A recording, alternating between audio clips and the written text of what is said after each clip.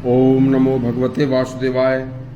आज का जो यह प्रसंग है बड़ा ही हृदय विदारक प्रसंग उस समय का है जब पूरे भारतवर्ष में सनातन धर्म पर संकट के बादल छाए हुए थे। सनातन धर्म एक इतिहास बनने जा रहा था। सनातन धर्म कैसे बचेगा, चारों तरफ कोई आशा की किरण नजर नहीं आ रही थी। दुष्ट अकबर अपनी हर कूटनीतिक चाल में दिनों दिन सफल होता चला जा रहा था और उस कूटनीतिक चालों में निपुण दुष्ट अकबर बहुत सारे राजपूत राजाओं को अपने खेमे में मिला चुका था।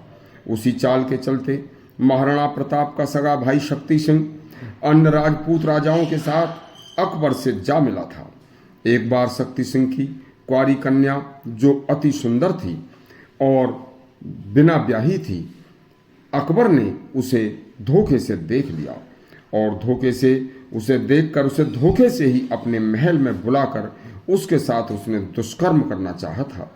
तो एक अति पवित्र कन्या उस दुष्ट के हाव भाव समझ गई।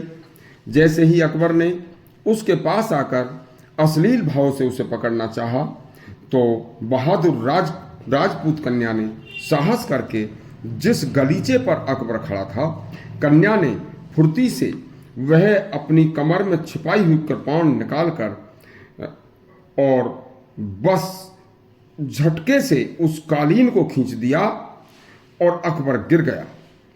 तो उस बहादुर कन्या कृपाण लेकर वह अकबर की छाती पर बैठकर उसने उसके सीने में कृपाण घोंपने के लिए रख दी।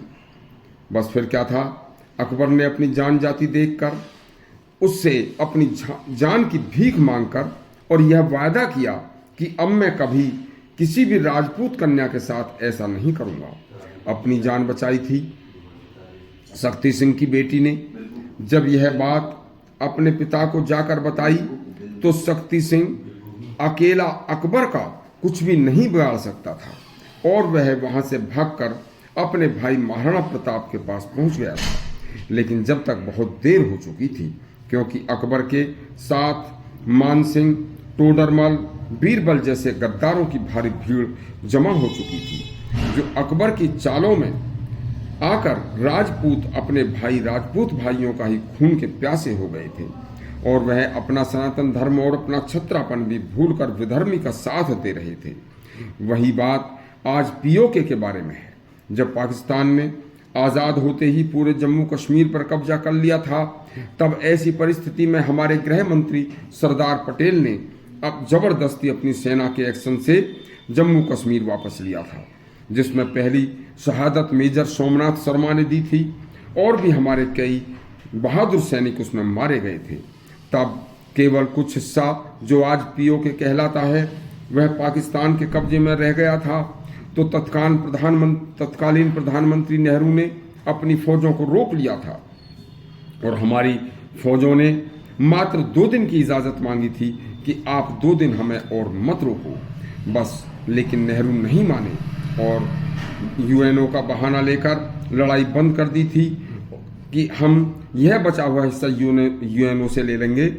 और नेहरू यूएनओ में भी अपना पक्ष सही ढंग से नहीं रख पाए थे और वह हिस्सा पाकिस्तान पर ही रह गया। यदि उस समय नेहरू की जगह कोई और प्रधानमंत्री होता या सरदार पटेल और हमारे फौजी कमांडरों की बात मान ली जाती तो मात्र 2 दिन दूर रह गया था पीओके।